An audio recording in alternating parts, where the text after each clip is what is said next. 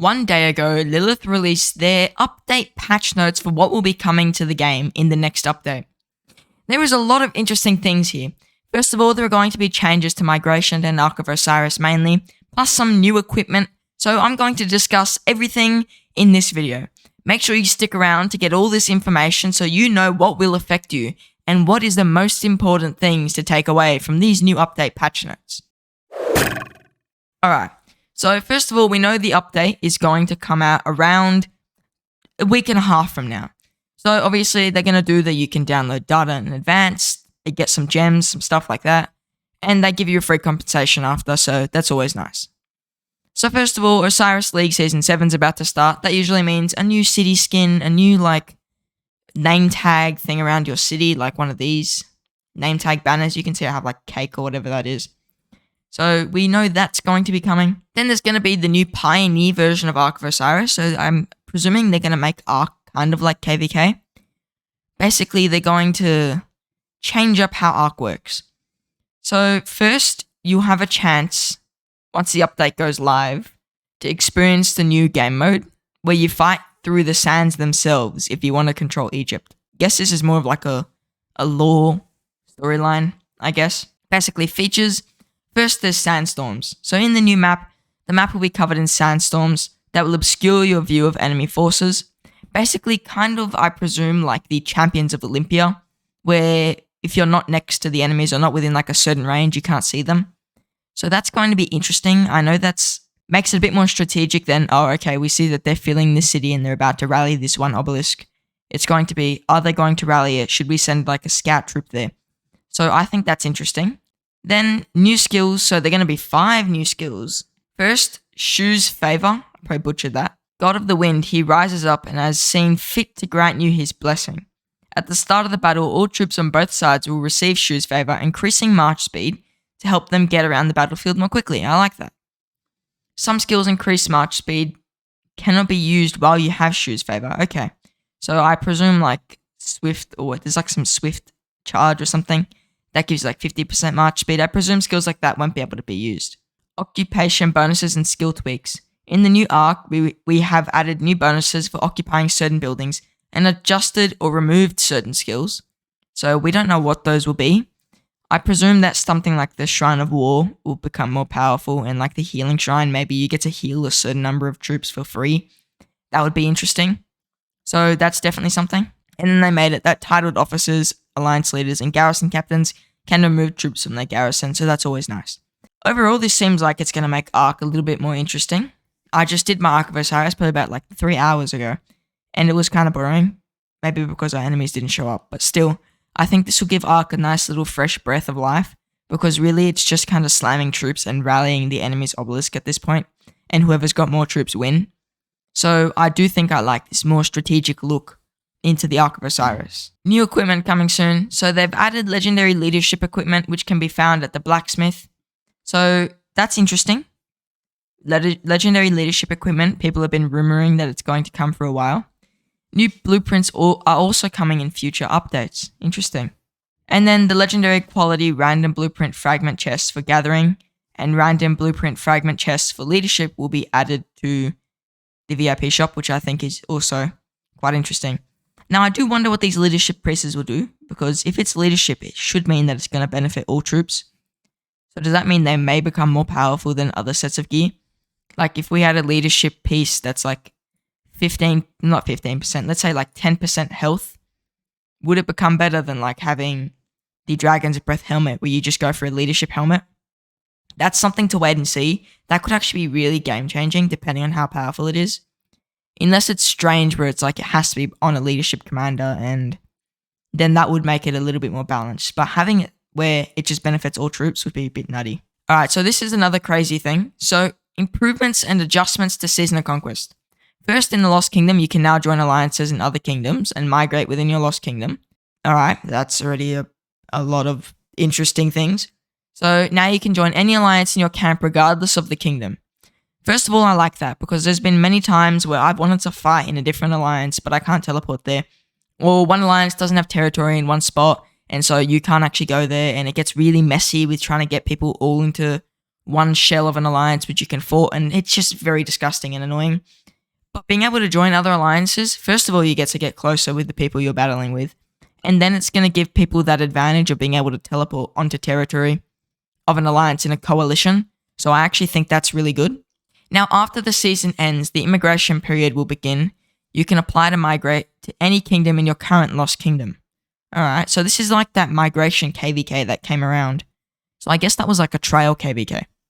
After your application is approved, you'll be able to migrate to that kingdom with fewer passport pages than you would normally need. More information will be added to this on the main page 7 days before the start of the immigration period. So if you're in a bit of a trash shitter kingdom and you do want to get out of there, then I mean, this is pretty nice. So first of all, it allows recruiting in Lost Kingdom chat to actually be, I guess, viable. And then also getting out of a kingdom for less passports. Let's say you're in like a very toxic kingdom, or like, leadership's about to all dip. You can get out cheaper. So we'll have to see how much cheaper this is. Like if it's 2 passports cheaper, you're probably better off just looking for a kingdom. But if it's not, then I mean, if it's like half price passports or even like a third passports, then damn, that's really good. Improve the layout of the main season conquest page. That's just, who cares? Commander Margaret I will be added to Legendary Tavern. So Margaret now, you can get it from the Legendary Tavern. You can't get it from the wheel. That's borrower. But nice to have Margaret there if you missed the event or you didn't play actively for the event. Optimized Autarch and Vindicator Taverns. Length of Autarch and Vindicator Taverns has been reduced from 3 days to 1 day. That sounds annoying for people who can't be on for the 1 day, but oh well. Adjusted the number of available commanders in the Autarch Tavern from 2 to 1. Really? So now you can only select one commander that you can favor, I guess. But I mean, that would have made it better for me because I would have rathered favoring one commander over 2. But for most players, they probably would favor 2 commanders. But then again, the commanders are very specific, like Jan Ziska, Flavius, and Henry. You can't really focus on 2 of those. They're all 3 different troop types. So I mean, I guess that kind of makes sense. The commander is no longer locked when you select it, so that's also good. Before the end of the event, you may freely switch commanders on the list. So I'm curious to see if that 2 to 1 change means the chance of getting the commander you pick is like having 2 commanders except merged into 1. We've got a higher chance for that 1 commander over having the 2 commanders which both have like an equal chance, but it's still slightly higher. Then you can also, they adjusted the rewards you earn. Now you earn items for your selected commander or other items like resources, speed ups, and more. Alright, so basically they made the event worse. They dumped off all the gold heads you could get, and now you get speed ups. Woo! Can't wait to get building speed ups from that. So, depending on how good these speed ups are, like if it's 7 day speed ups, goddamn. But if it's not, then we're looking at an event that's basically become like a more trash Wheel of Fortune. Improvements to immigration. Optimized immigration rules for kingdoms that have just entered Season of Conquest. After entering Season of Conquest, beginning its first story, a kingdom can accept up to 150 migrants per season. Alright. After its story ends, it can accept 500 immigrants. View your in-game mail for more details. Well, I am viewing my in-game mail. When immigrating, resources that exceeded the protected resource capacity of your storehouse will be lost. That's already a thing. I don't know why that's there.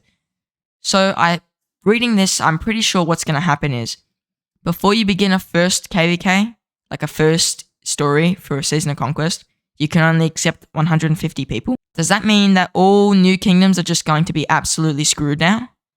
Or are they going to pair the new kingdoms together? They did say that they were looking and pairing new kingdoms to fight each other in Season of Conquest. And if it's that, and they can only have 150 people, then yes, I think that's good. But if they're still paired with everyone, like if our kingdom went up against a brand new kingdom, we're going to annihilate them. We have a bunch of old veteran players compared to a bunch of new people with 100 migrants. It's not going to really work. After the story ends, 500 immigrants is more than enough, so not many kingdoms are going to be migrating in 500 people anyways. I mean, 150 is still a decent number, but it just means there won't really be any early game Imperiums, I guess, but oh well. And then the resources is still normal. Other optimizations. Added engineering tag to filters, that's normal.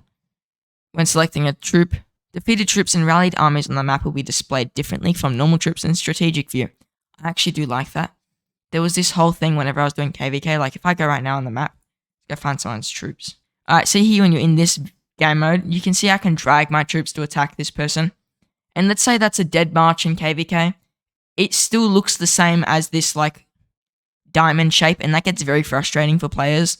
So I do like being able to see when a troop's dead, so I don't drag my troop into the middle of an enemy murder ball, or drag my troop onto something that's not even there. So continuing on the list, optimize city teleportation from Lost Kingdom. When returning from Lost Kingdom to Original Kingdom, you will be placed in Province 1, the left outermost province of the kingdom, if possible. I don't know what if possible means, like what are they going to block the whole province with tier 1 troops? I don't think they will. But I'm pretty sure that really you always spawned in Zone 1 anyways, and I don't think it matters which province you spawn in. Most kingdoms are not chilling in Zone 1, they're all in Zone 3. Optimize the display issue trigger logic of the monthly special offer bundle. After the bundle presents content available for the month will not change due to immigration. I'm not sure what that means. I think it's saying that people migrated to buy the monthly special offer and they didn't actually get, like, it didn't change what's inside of it. I'm not 100% sure what that means, but that's something that I guess would probably help a few people. And then it's the usual click here to give us feedback, and that's yada yada. This is the best way to give Lilith any feedback that you want to give him. So if you do want to tell Lilith anything, then that's the best way to do it. You just put in your ID number, rate the update, and tell them why you gave it that. And they'll give you like 500 gems, and they'll actually listen to your suggestions. Now, out of everything coming, I'm interested in the Ark of Osiris. I'm interested in the new equipment and the adjustments to Season of Conquest. Other than that, I mean, nothing much has changed. I'm hoping the new commanders, we get a nice, I guess like a leak or like a hint of what they're actually going to do or who they're going to be.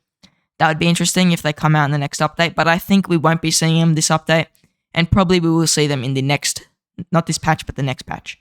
Now, if you've got value from this video, I just want to say thank you for watching this far in. I'm going to tell you I upload daily Rise of Kingdoms content, and I've uploaded guides for almost every single Archer commander. And from here on out, I'll be focusing a little bit more on the newer plays in the game because I've had lots of questions from them. So if you're interested in that content, then all I ask for all the information I gave you today is to please leave me a subscription. Thank you for watching, and I'll see you in the next one.